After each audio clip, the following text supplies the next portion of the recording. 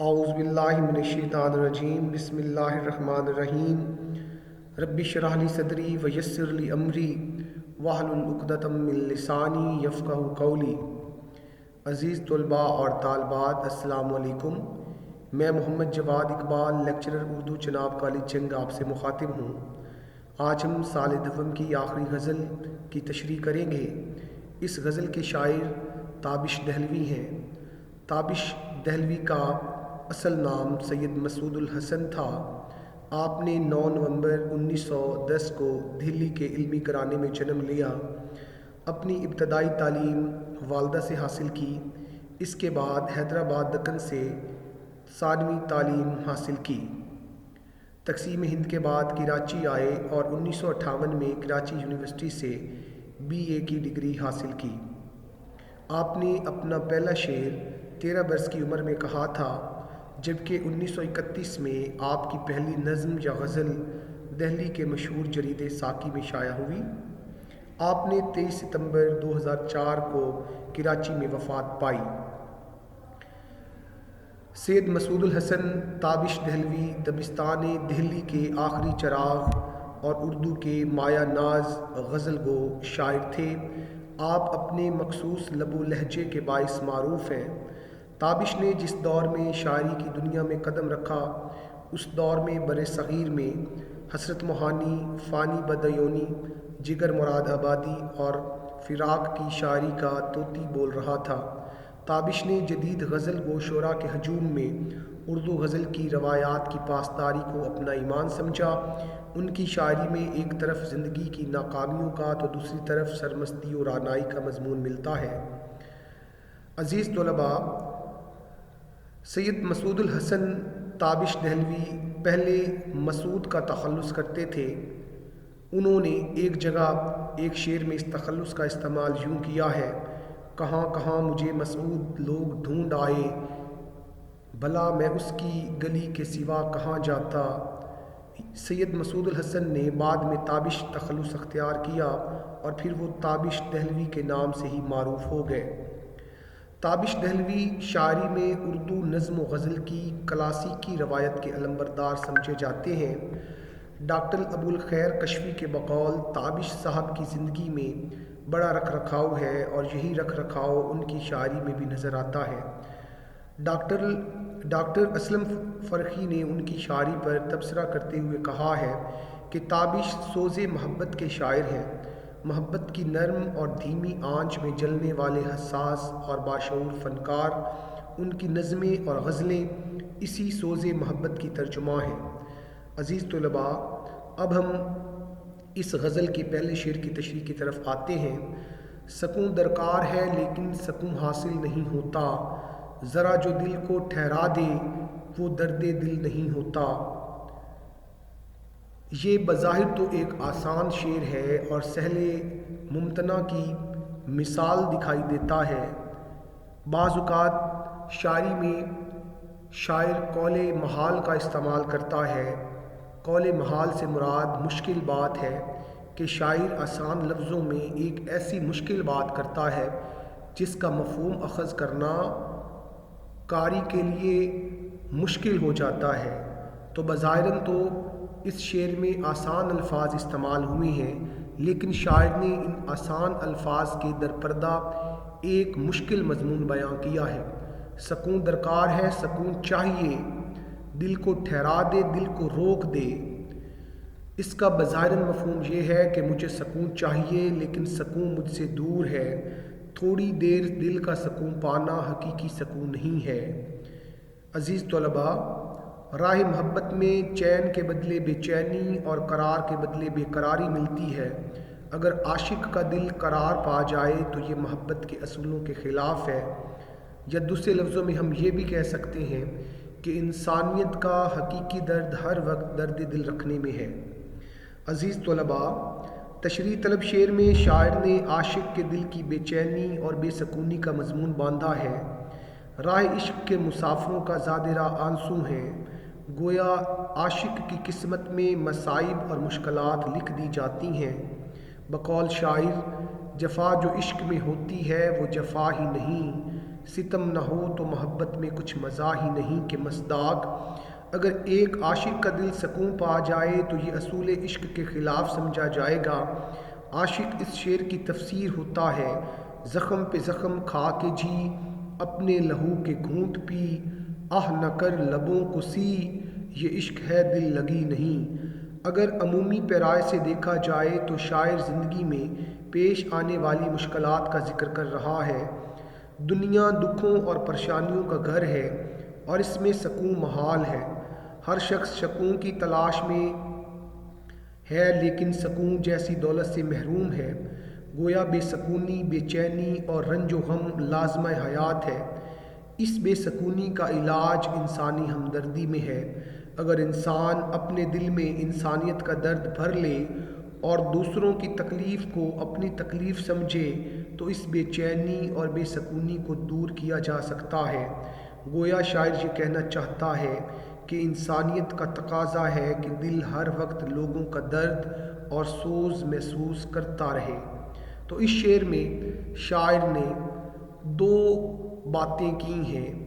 بظاہراً تو شاعر نے ایک عاشق کی زندگی کے حالات بیاں کیے ہیں کہ ایک عاشق کی زندگی مشکلات کا شکار اور دکھوں سے برسر پیکار رہتی ہے، لیکن دوسری طرف اگر دیکھا جائے عمومی نقطہ نظر سے شاعر نے انسان کی بے چینی اور بے سکونی کا مضمون باندھا ہے۔ شاعر یہ بتانا اور سمجھانا چاہتا ہے کہ اس دنیا میں ہر انسان بے چین اور سکون کی تلاش میں ہے اور حقیقی سکون لوگوں کی خدمت میں ہے۔ گویا جو لوگ لوگوں کی خدمت کرتے ہیں وہ ہر وقت لوگوں کا درد محسوس کرتے رہتے ہیں، اور جو لوگ لوگوں کا درد محسوس نہیں کرتے وہ لوگ حقیقی انسانیت سے دور ہیں۔ اس شعر کے متبادل اشعار: کرو مہربانی تم اہل زمیں پر، خدا مہرباں ہوگا عرش بری پر، اور یہ عشق نہیں آساں بس اتنا سمجھ لیجئے، ایک آگ کا دریا ہے اور ڈوب کے جانا ہے۔ عزیز طلباء، اب ہم اس غزل کا دوسرا شعر کرتے ہیں۔ کبھی ہر جلوائے صد رنگ حاصل تھا نگاہوں کو، اب اشک خوں بھی چشم شوق کو حاصل نہیں ہوتا۔ جلوہ نظارہ، صد رنگ 100 طرح کے، اشک خوں کے آنسو، چشم شوق محبت کرنے والی آنکھ۔ ایک وقت تھا جب کئی طرح کے جلوے میری آنکھوں کو میسر تھے، لیکن اب یہ حالت ہے کہ میری محبت بھری آنکھ میں خون کے آنسو بھی نہیں بہتے۔ شاعر نے اس شعر میں اپنے ماضی اور حال کا موازنہ کیا ہے، یعنی ماضی طرب تھا اور حال کرب ہے۔ عزیز طلباء، تشریح طلب شعر میں شاعر اپنے موجودہ زمانے کا تقابلی جائزہ گزرے ہوئے وقت سے کر رہا ہے۔ شاعر ماضی کی سہانی یادوں کا تذکرہ کرتے ہوئے کہتا ہے کہ ایک وقت تھا جب محبوب کے حسن کے دلکش نظارے آنکھوں کو ٹھنڈک اور دل کو چین پہنچایا کرتے تھے۔ محبوب کے جلووں سے میرے دل کا آنگن آباد ہوا کرتا تھا۔ محبوب کی ہر ادائے بے نیازی بے قرار دل کے قرار کی وجہ تھی، مگر حالات نے ایسا پلٹا کھایا کہ جدائی اور فراق کے کٹھن لمحات میرا مقدر بن گئے ہیں، اور اب تنہائی اور جدائی زندگی کا حصہ بن چکی ہے۔ اب تو حالت یہ ہے کہ رو رو کے میرے آنکھوں کے اشک بھی خشک ہو چکے ہیں اور مایوسی نے چاروں طرف سے گھیر لیا ہے۔ اس شعر کے متبادل اشعار کرنے سے پہلے شاعر جس ماضی سے جڑا ہے اس میں موجودہ زمانے میں وہ اپنے ماضی کی یادوں سے جڑا بیٹھا ہے، یعنی زمانہ کیسا خوبصورت تھا، محبوب کے ساتھ بیتے حسین پل کتنے خوبصورت تھے، اور جوانی کی رونقیں اور رعنائیاں کتنی خوبصورت تھیں۔ بقول اقبال، آتا ہے یاد مجھ کو گزرا ہوا زمانہ، وہ باغ کی بہاریں وہ سب کا چہچہانا، آزادیاں کہاں وہ اب اپنے گھونسلے کی، اپنی خوشی سے آنا اپنی خوشی سے جانا، وہ پیاری پیاری صورت وہ کامنی سی مورت، آباد جس کے دم سے تھا میرا آشیانہ، تھی وہ ایک شخص کے تصور سے اب وہ رعنائی خیال کہاں، بیٹھ کر سایہ گل میں ناصر ہم بہت روئے جب وہ یاد آیا، گزر گیا وہ زمانہ کہیں تو کس سے کہیں، خیال دل کو میرے صبح و شام کس کا تھا، روتے پھرتے ہیں ساری ساری رات، اب یہی روزگار ہے اپنا، اشک آنکھوں میں کب نہیں آتا، لہو آتا ہے جب نہیں آتا۔ عزیز طلباء، اس غزل کے تیسرے شعر کی طرف آتے ہیں۔ ہر ایک کار تمنا پر یہ مجبوری یہ مختاری، مجھے آسان نہیں ہوتا تجھے مشکل نہیں ہوتا۔ کار کام کو کہتے ہیں اور تمنا خواہش کو کہتے ہیں، کسی بھی کام کرنے کی تمنا یا خواہش۔ مجبوری بے بسی بے کسی لاچاری، مختاری مختار ہونا، مالک ہونا، کسی کام پر دسترس رکھنے والا ہونا۔ اے اللہ، ہم کسی خواہش کی تکمیل کے لیے کوشش پر مجبور ہیں اور تو مختار، یعنی میرے لیے کسی کام کا کرنا آسان نہیں اور تیرے لیے مشکل نہیں۔ عزیز طلباء، انسان مجبور محض ہے اور اللہ قادر مطلق۔ اگر اس شعر کو غزل کے عمومی پیرائے سے دیکھا جائے تو عاشق مجبور ہے اور محبوب مختار کل۔ عاشق مجبور، مقہور اور لاچار، جبکہ محبوب جابر، ظالم اور مختار ہوتا ہے۔ تو تشریح طلب شعر میں شاعر نے معاملات محبت میں عاشق کی مجبوری اور محبوب کے سامنے جیب حضوری کا مضمون باندھا ہے۔ راہ عشق میں عاشق مجبور جبکہ محبوب مختار ہوتا ہے۔ شاعر کہتا ہے کہ اس کا ہر عمل حالات کے جبر کے ہاتھوں ناکامی کا شکار ہو جاتا ہے، جبکہ اس کے محبوب کے لیے کچھ بھی کرنا مشکل نہیں ہے۔ ہمیشہ یہ ہوتا آیا ہے کہ محبوب جب مرضی کرے نظر التفات سے دیکھے اور جب مرضی کرے غضب کے تیر برسائے۔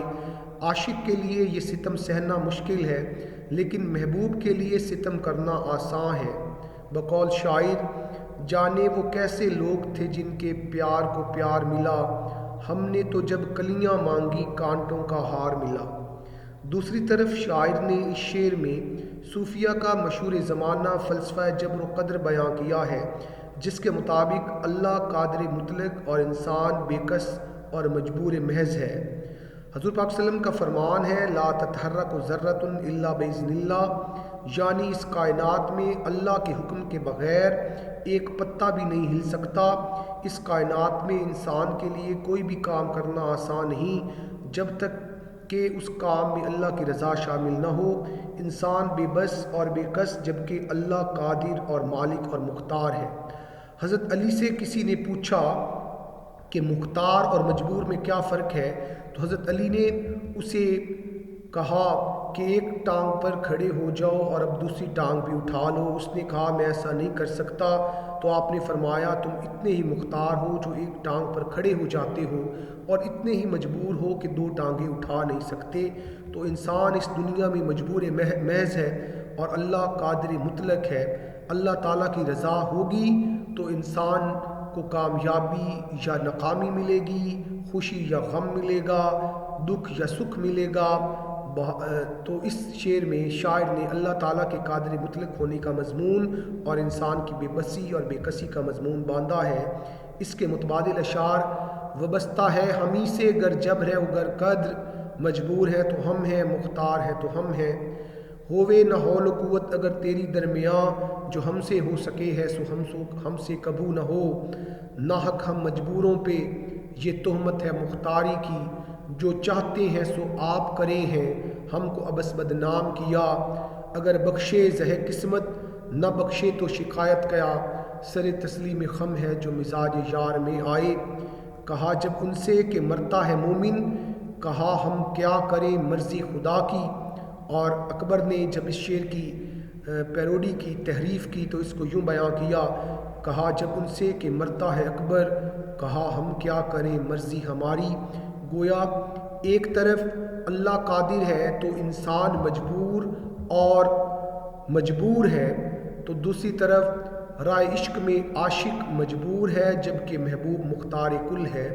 امید ہے کہ اس مختصر لیکچر میں آپ اس غزل کے پہلے 3 اشعار کی تشریح سمجھ چکے ہوں گے۔ انشاءاللہ اگلے لیکچر میں میں اس غزل کے باقی اشعار کی تشریح کروں گا۔ اس غزل کے حوالے سے اگر آپ کوئی بھی سوال کرنا چاہتے ہیں تو میرے واٹس ایپ نمبر پر کر سکتے ہیں۔ اپنا خیال رکھیے گا، دعاؤں میں یاد رکھیے گا۔ اللہ حافظ، فی امان اللہ۔